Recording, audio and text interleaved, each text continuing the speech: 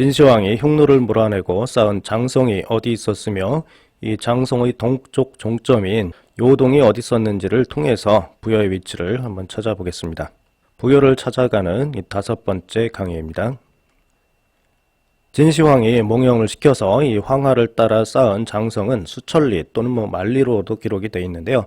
진시황이 흉노를 몰아내고 장성을 쌓은 위치를 살펴보면 요동의 위치를 확인할 수 있습니다.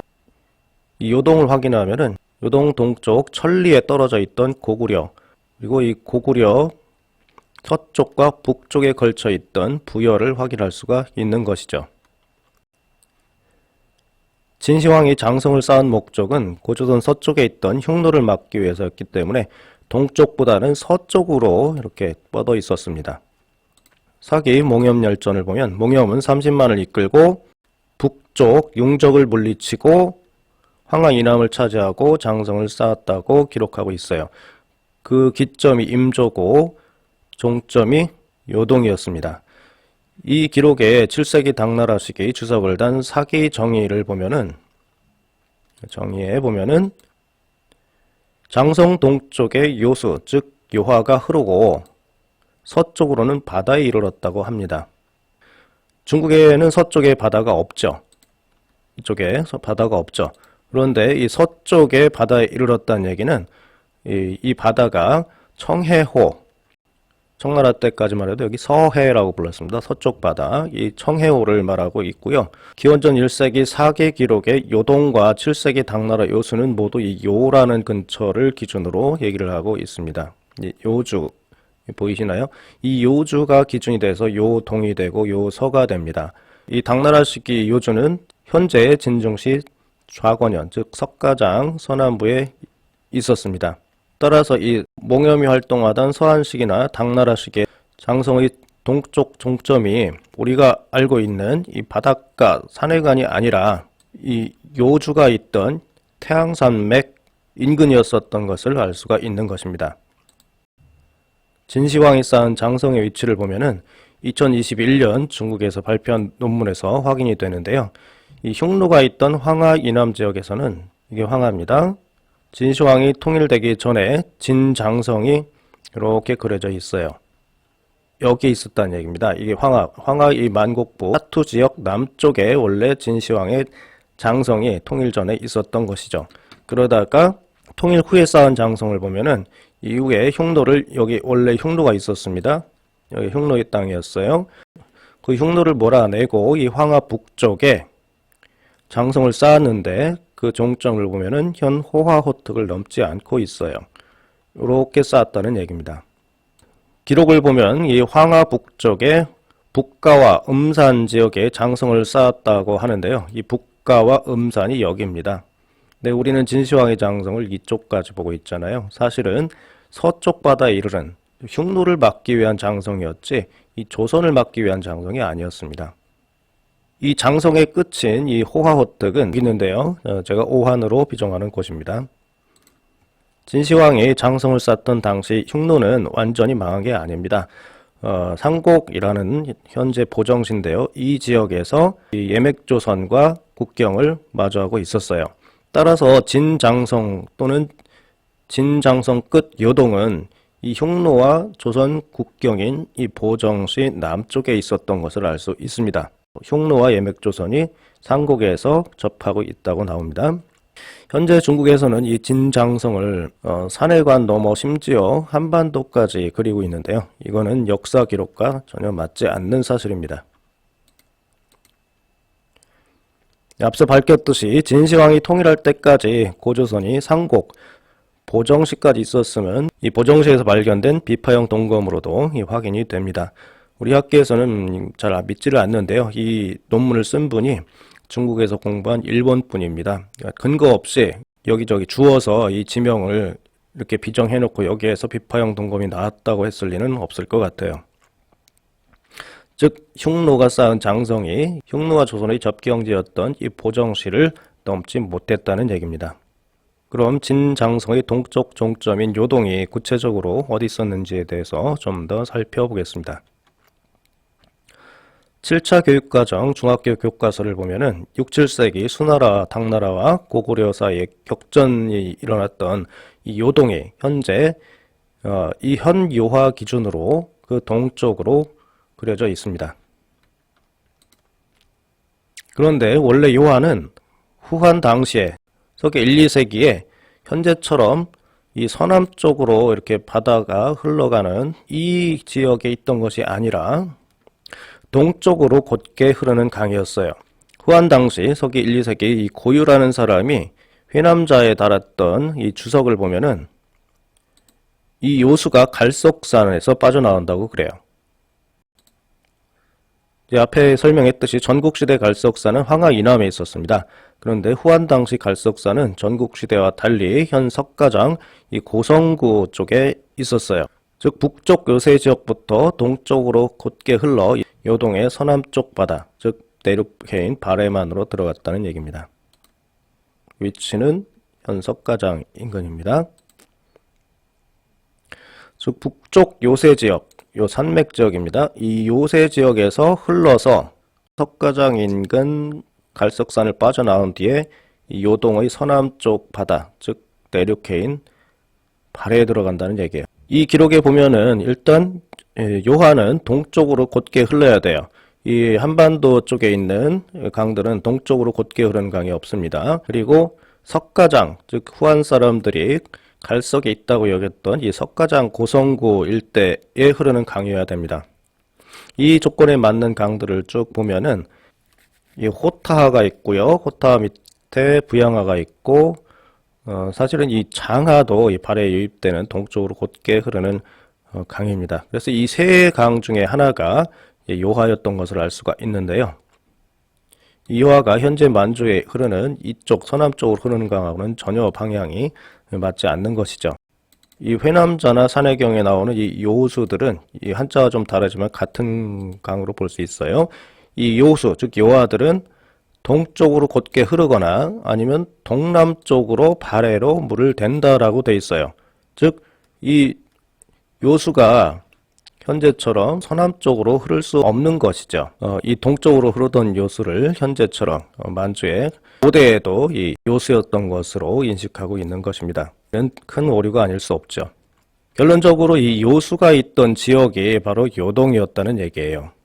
어쨌든 진시황이 쌓았다는 장성은 현재 지도상의 북경 동쪽 산해관에 이른 게 아니라 흉노와 조선이 국경을 접하고 있던 이 상곡, 즉 이 보정시 아래 석가장시 또는 당나라식이 요주였던 석가장 서남부에 종점이 이르렀고 여기가 요동이었다는 얘기죠.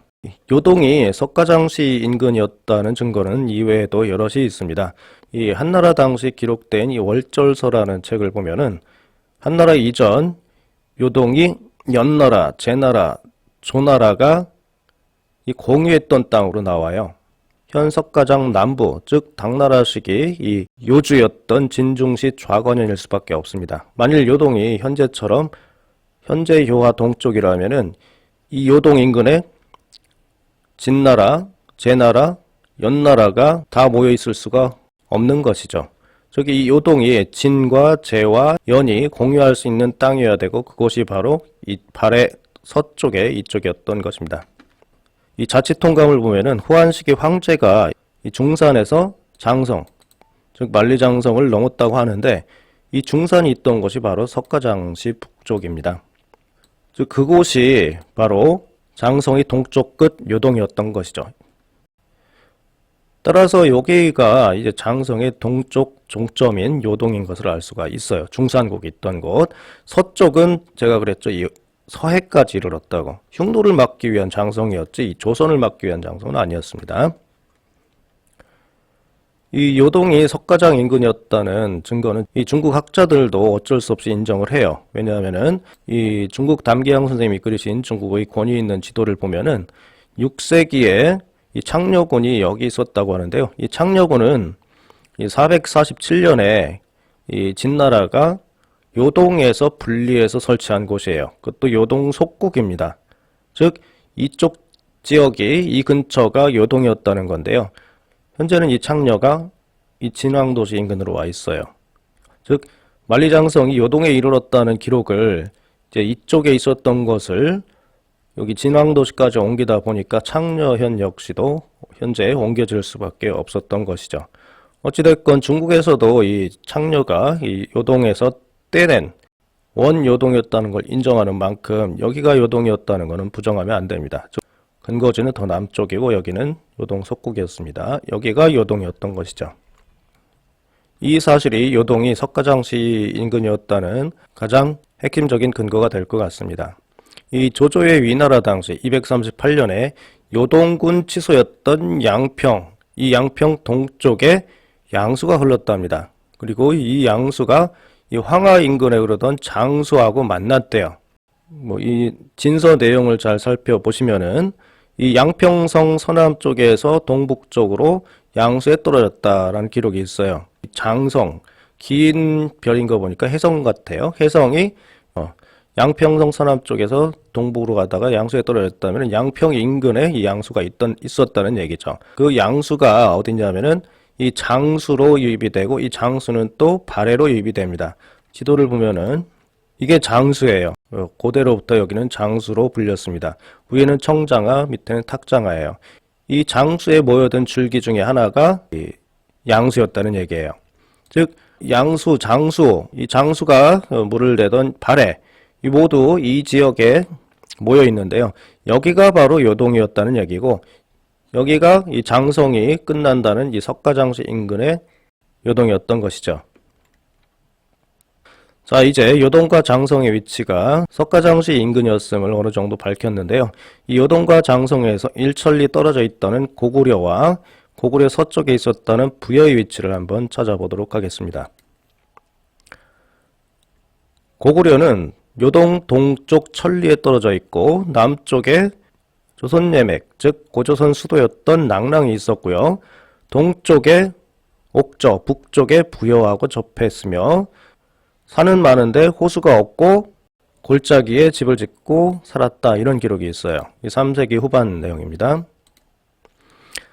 즉 요동이 제가 석가장시 인근이라고 했잖아요. 이 석가장시 인근에서 동쪽으로 천리가 떨어져 있어야 돼요. 근데 이쪽은 산이 없기 때문에 이 동쪽으로 가야 됩니다.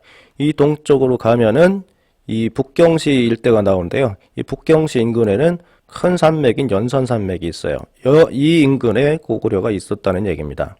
고구려는 산이 많은 나라였기 때문에 현 천진시, 즉 정동쪽으로 가면은 고구려가 나올 수가 없어요.